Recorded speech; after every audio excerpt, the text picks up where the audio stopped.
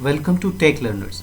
In today's lesson, we will talk about string buffer methods. In the previous lecture, we had talked about some important string methods. And in today's lecture, we will talk about some important string buffer methods. So let's start with some important string buffer methods.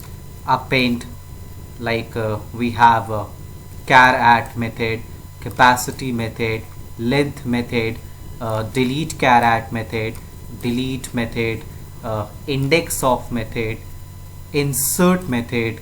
So these are some methods that can be used with the string buffer. We will discuss here only some important methods. So let's start with the program and see what are the important methods and how we can use them. You must be aware about that string buffer is mutable. That means you can change the value of string buffer and you do not need to create a new object as in the case of the string. So let's start with the first function, that is length. So like string, here string buffer also has the length method which will give you the length of the string buffer. Like here we have created a string buffer. If you are not aware about how we can declare and initialize string buffer or a string, you can watch my video that has been specially dedicated for the declaration of the string buffer and string. So this is how we can create a string buffer SP which has the initial value tech learners. Here we can see these are 1, 2, 3, 4, 5, 6, 7, 8, 9, 10, 11 and 12 characters. So the length of this string buffer will be 12.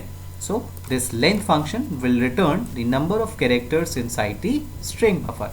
Let me compile and show you the output of this length function in string buffer method. So we can see that this is 12. So this is similar to the length function available in the string. So let's move further and see the next method that is available here is capacity. Yes, there is a difference between the length and capacity. Capacity method tells the maximum number of characters that can hold by the string buffer. Obviously it will be different from the length. 16 characters can be appended into the string buffer. So let me compile and show you the capacity of this string buffer. This is 28. As I told you that 16 more characters can be appended to this string buffer. So the capacity is 28 but the length is 12. So this is the difference between length and capacity function. Let's move further and see what else we can see. Char at, yes, it is similar. Char at is similar to the char at function that is available into the string methods, or index of can also be similar like in the string method. So if you have not seen the video on the string methods, so you can go and watch the video of string methods. So you will be aware about these functions that are used into the string. Here we are discussing string buffer. So the string buffer also has this char at method like a string. So we will get the character at index 4. Let's see 0, 1, 2, 3 and at 4 we have this L. As we know that the indexing starts with the 0. So let me compile and see whether we have L at our 4th index or not. Yes, we have this L. So this is how we can use the char at method. Similarly, we can use the index of method and so on. Let's discuss some different methods which can be used with string buffer. Append, yes, this is a new function that is not available into the string method. So in this we can append characters to our existing string buffer object. Remember, we do not need to create a new object, or the compiler will not create a new object in this case, which would have been happened while the case of a string, but not with the string buffer. The new character will only be appended to the old object. So in this I am appending n. So let me show you how this is a new string buffer. So we have this old value tech learners and you can see this n is appended to the original string buffer.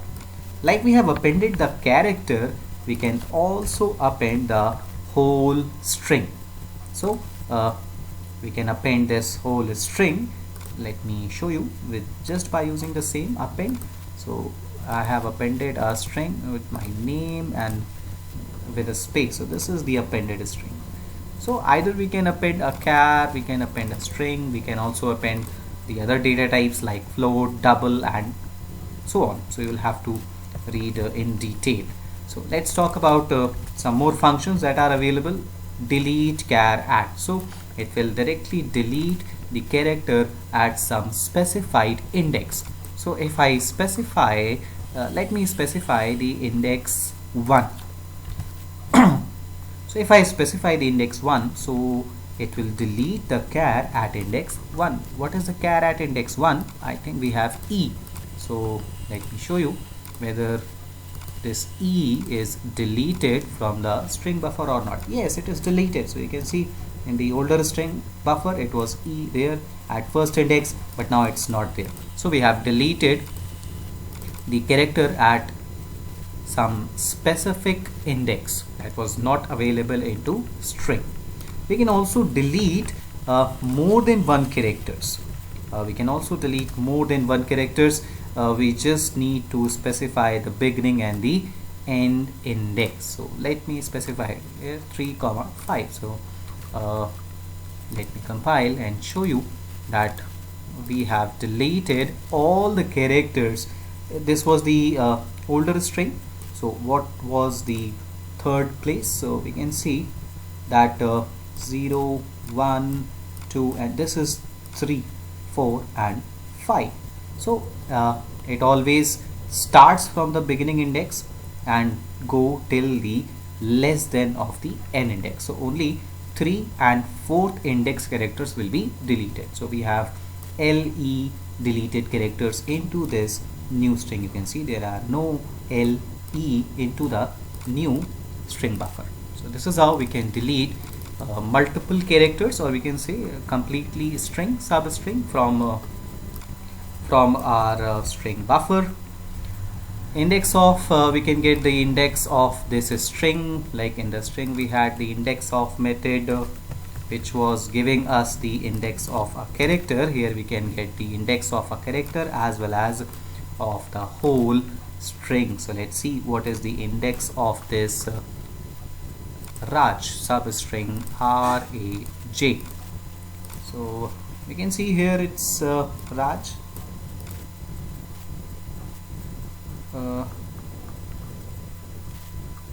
Index of, something went wrong. Let me check. Okay, I have not printed the IND, the index. So now I have printed this IND. So let me go back and show you the index of this RAJ. So what will be the index? Let's count. It's 0, 1, 2, 3, 4, 5, 6, 7, 8, 9, 10. Space is also counted. 11, 12, 13, and yes, we have 14. So this is at the index 14, the string. So this is how we can get the index of some substring.